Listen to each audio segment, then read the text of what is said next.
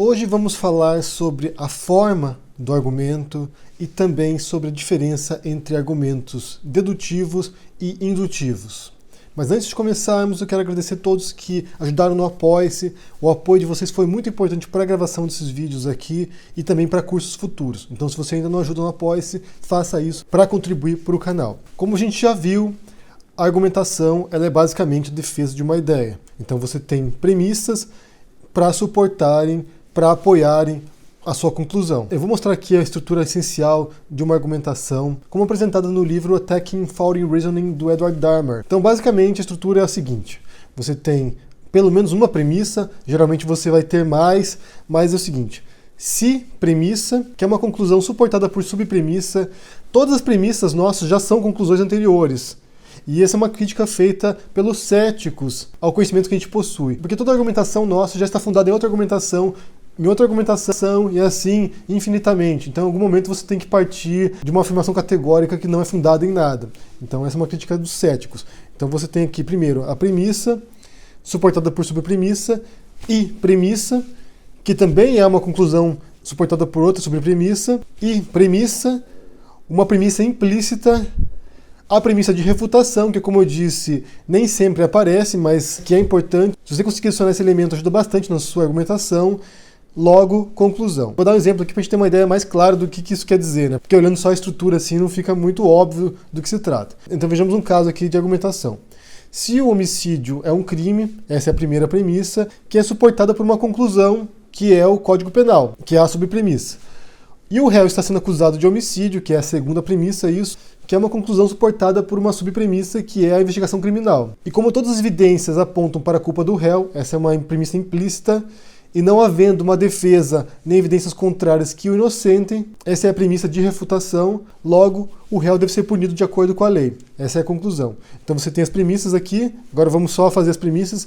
Se o homicídio é um crime e o réu está sendo acusado de homicídio, e não havendo uma defesa nem evidências contrárias que o inocentem, logo o réu deve ser punido de acordo com a lei. Essa é uma argumentação clássica que raramente a gente vai encontrar por aí, nessa estrutura tradicional, bastante formal. O que geralmente você terá é uma argumentação discursiva, a pessoa vai falando, apresentando as evidências, apresentando as premissas dentro de uma frase articulada, não desse modo tão estruturado, tão explicitado assim.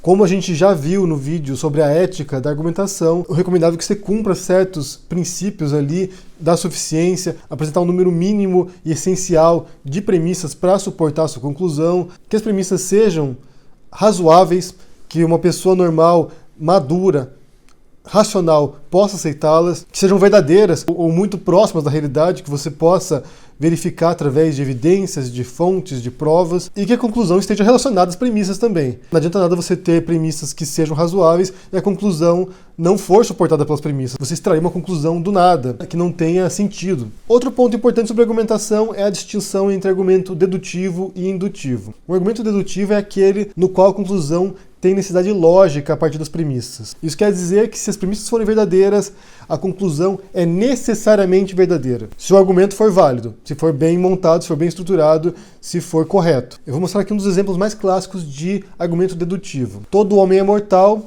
Sócrates é homem, logo Sócrates é mortal. Esse é um raciocínio dedutivo, as premissas são verdadeiras, a gente sabe disso, né? Todo homem é mortal, todos os homens vão morrer. Como Sócrates é homem, é um membro desse grupo dos homens, logo, Sócrates é mortal. O que se diz é que o argumento dedutivo ele é quase tautológico. A conclusão já está inserida nas premissas. Então, por isso que ela é necessária. Já no argumento indutivo, as premissas fornecem evidências para a verdade da conclusão. Então, não é necessariamente lógico como no dedutivo. A conclusão é mais plausível. Ela é provável, ela é próxima da verdade. Quase todos os argumentos que a gente utiliza em debates, ou no dia a dia, no cotidiano, são argumentos indutivos. A gente olha para a realidade, a gente busca os elementos na realidade, e esses elementos nos levam a uma conclusão. Eu vou dar um exemplo de um argumento indutivo aqui. A violência aumentou demais no Estado. Houve um aumento no tráfico de drogas e conflitos entre traficantes. O governo estadual é responsável pela segurança pública na região. A polícia está mal aparelhada e com treinamento ineficaz. Essas são as premissas do argumento. Logo, o governador tem sido incompetente em elaborar medidas funcionais para o combate ao crime. Essa é a conclusão. Você tem as premissas ali, apresentando dados, apresentando informações calcadas na realidade, você observa a realidade, observa o mundo, e a partir disso você extrai a conclusão. Mas é uma conclusão provável, porque pode haver uma outra conclusão a partir desses dados. Você pode extrair outras informações. O que se faz, às vezes, para fortalecer um argumento desse molde aqui, é tentar tornar um argumento indutivo, ou seja, provável, em um argumento dedutível, ou seja, necessário. Então vamos ver se a gente consegue fazer isso com esse argumento aqui. O governo estadual é responsável pela segurança pública na região. Essa é a primeira premissa. A violência aumentou muito no estado. A segunda premissa. Houve aumento no tráfico de drogas e conflitos entre traficantes. É a terceira premissa. A polícia está mal aparelhada e com treinamento ineficaz. A quarta premissa. Então a gente tem 4 premissas nesse argumento aí que se propõe como dedutivo. Logo, a conclusão, o governo estadual deve elaborar políticas públicas mais eficazes que inclui melhor treinamento e equipamento para as forças de segurança e combate ao crime organizado para lidar com a crescente violência. Ou seja, você já tem a conclusão aí implícita nas premissas. A responsabilidade é do governo estadual, a violência aumentou, a polícia está mal aparelhada, logo a medida que o governo deve tomar está inserida nessas premissas. É necessária.